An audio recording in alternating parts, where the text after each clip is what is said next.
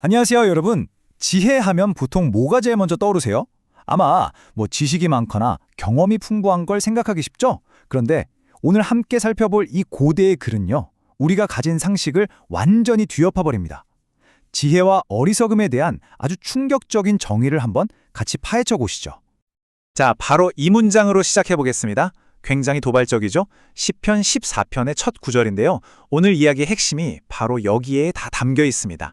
하나님이 없다고 말하는 것. 이게 만약 그냥 개인의 신념 문제를 넘어서는 이야기라면 어떨까요? 아니, 그럼 이 말이 대체 무슨 뜻일까요? 이 글을 쓴 사람은요, 그냥 나는 신을 믿지 않아 라는 단순한 선언을 말하려는 게 아니에요. 그보다 훨씬 더 깊은 우리 인간의 어떤 상태에 대해 날카롭게 꼬집고 있는 거죠. 자, 그 속으로 한번 들어가 보겠습니다. 이 어리석은 자가 누군지 제대로 알려면요, 먼저 짚고 넘어가야 할 게 있습니다. 바로 이 글이 쓰인 시대의 세계관, 즉 신과의 언약이라는 개념이에요. 모든 건 정말 여기서부터 시작되거든요. 그 세계관의 가장 중심에 있는 단어가 뭐냐면요, 바로 헤세드입니다. 우리말 성강에는 보통 인자라고 번역되어 있죠. 이게 뭐냐면 하나님의 그 변치 않는 사랑, 약속에 기반한 신실함 같은 뜻이에요. 앞으로 나올 모든 이야기의 뿌리가 바로 이 헤세드에 있다고 보시면 됩니다. 그러니까 핵심은 이거죠. 이 시편에서 말하는 지혜와 어리석음의 기준은 머리가 좋고 나쁘고 뭘 많이 알고 모르고의 문제가 아니라는 거예요. 전적으로 이 헤세드를 아느냐 모르느냐, 이걸 붙들고 사느냐 아니냐, 바로 그 차이라는 거죠. 정말 흥미로운 관점이지 않나요? 자, 그럼 본격적으로 이 글에서 말하는 어리석은 자가 대체 어떤 사람인지 한번 들여다볼까요? 보통 우리가 어리석다 하면 좀 IQ가 낮거나 잘 배우지 못한 사람을 생각하잖아요. 근데 이 시편은 전혀 다른 이야기를 합니다. 그 사람이 아무리 똑똑하고 사회적으로 지위가 높아도 하나님의 그 헤세드로부터 딱 끊어져 있는 사람, 바로 그 사람이 어리석은 자라고 말하는 거예요. 자, 그럼 이 단절된 상태가 구체적으로 어떻게 드러날까요? 겉으로는 되게 경건해 보일 수도 있어요. 하지만 속으로는 하나님과 아무 상관이 없는 거죠. 당연히 신과의 약속 같은 건 관심도 없고요. 중요한 건 이 단절이 결국 도덕적인 타락으로 이어진다는 겁니다. 그리고 그 끝에는 약하고 힘없는 사람들을 이용해 먹는 모습이 나타난다고 이 시편은 아주 날카롭게 지적하고 있습니다. 이 구절 정말 무섭지 않나요? 이게 바로 그 어리석은 자들의 행동 방식을 아주 적나라하게 보여주는 대목이에요. 다른 사람을 착취하고 고통 주는 걸 마치 우리가 매일 밥 먹는 것처럼 너무나 당연하고 아무렇지 않게 생각한다는 거죠. 정말 소름 돋는 비유입니다. 자, 그럼요. 이 어리석은 사람과 정반대에 있는 사람은 어떤 모습일까요? 이제 이 글이 의인이라고 부르는 사람에 대해 한번 이야기해 보겠습니다.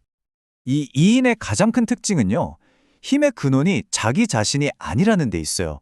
내 능력, 내 지혜, 내 재산, 이런 게 아니라 오직 하나님의 헤세드, 그분의 한결같은 사랑에 자기 삶을 거는 사람들이죠. 그래서 겉으로 보기에는 어때요? 어리석은 자들한테 맨날 당하고 억압받고 되게 약해 보일 수 있어요. 하지만 그들 마음속에는 그 누구도 그 어떤 상황도 빼앗아갈 수 없는 진짜 평화가 있다는 겁니다. 자, 바로 이 지점에서 아주 흥미로운 역설이 등장합니다. 겉으로 보이는 힘과 실제 내면의 상태가 완전히 뒤바뀌는 현상이 나타나거든요. 진짜 놀라운 통찰이에요. 한번 비교해볼까요? 겉으로 보기엔 모든 걸 다 가진 어리석은 자 있죠? 이 사람들은 사실 끊임없이 불안해요. 왜? 자기가 가진 돈, 권력, 명예, 이런 유한한 것들이 언제 사라질지 모르니까요. 궁극적으로 기댈 곳이 없는 거죠. 그런데 의인은 어때요? 겉보기엔 힘없고 약해 보이지만 이 사람들은 무한한 헤세드에 기대고 있잖아요. 그래서 그 마음속에는 정말 깊은 위로와 평화가 있는 겁니다. 이게 바로 이 시편이 말하는 놀라운 역설이에요. 이 시편을 보면요, 겉보기에 성공한 이 어리석은 자가 어떻게 스스로 무너져 내리는지 그 과정이 그려져 있어요. 첫 단계는 세상의 힘만 믿는 거예요. 오로지 자기 자신만 믿죠. 그러다 깨닫게 됩니다. 아, 내가 가진 건 영원하지 않구나. 지켜야 하는구나. 이걸 지켜야 한다는 생각, 이게 바로 엄청난 불안감을 만들어내는 거고요. 결국 그 불안이 점점 커져서 모든 게 무너질지도 모른다는 공포에 사로잡히게 되는 거죠. 결국 이겁니다. 이 시편이 말하려는 건 자기 힘만 믿는 사람들은요, 역설적으로 그 힘을 잃을까봐 두려워하다가 스스로 파멸한다는 거예요. 힘이 강해질수록 그 상실에 대한 공포도 비례해서 커지는 거죠. 이게 바로 시편이 말하는 어리석은 자의 진짜 비극인 셈입니다. 자, 그렇다면 수천 년 전에 쓰인 이 글이 오늘을 사는 우리에게 던지는 질문은 뭘까요? 이제 정말 중요한 마지막 포인트를 짚어보겠습니다. 결론적으로 이 시편은요, 우리가 생각하는 지혜의 개념을 완전히 뒤집어 버립니다. 진짜 지혜는 내가 얼마나 똑똑한지, 얼마나 많은 걸 가졌는지의 문제가 아니라는 거예요.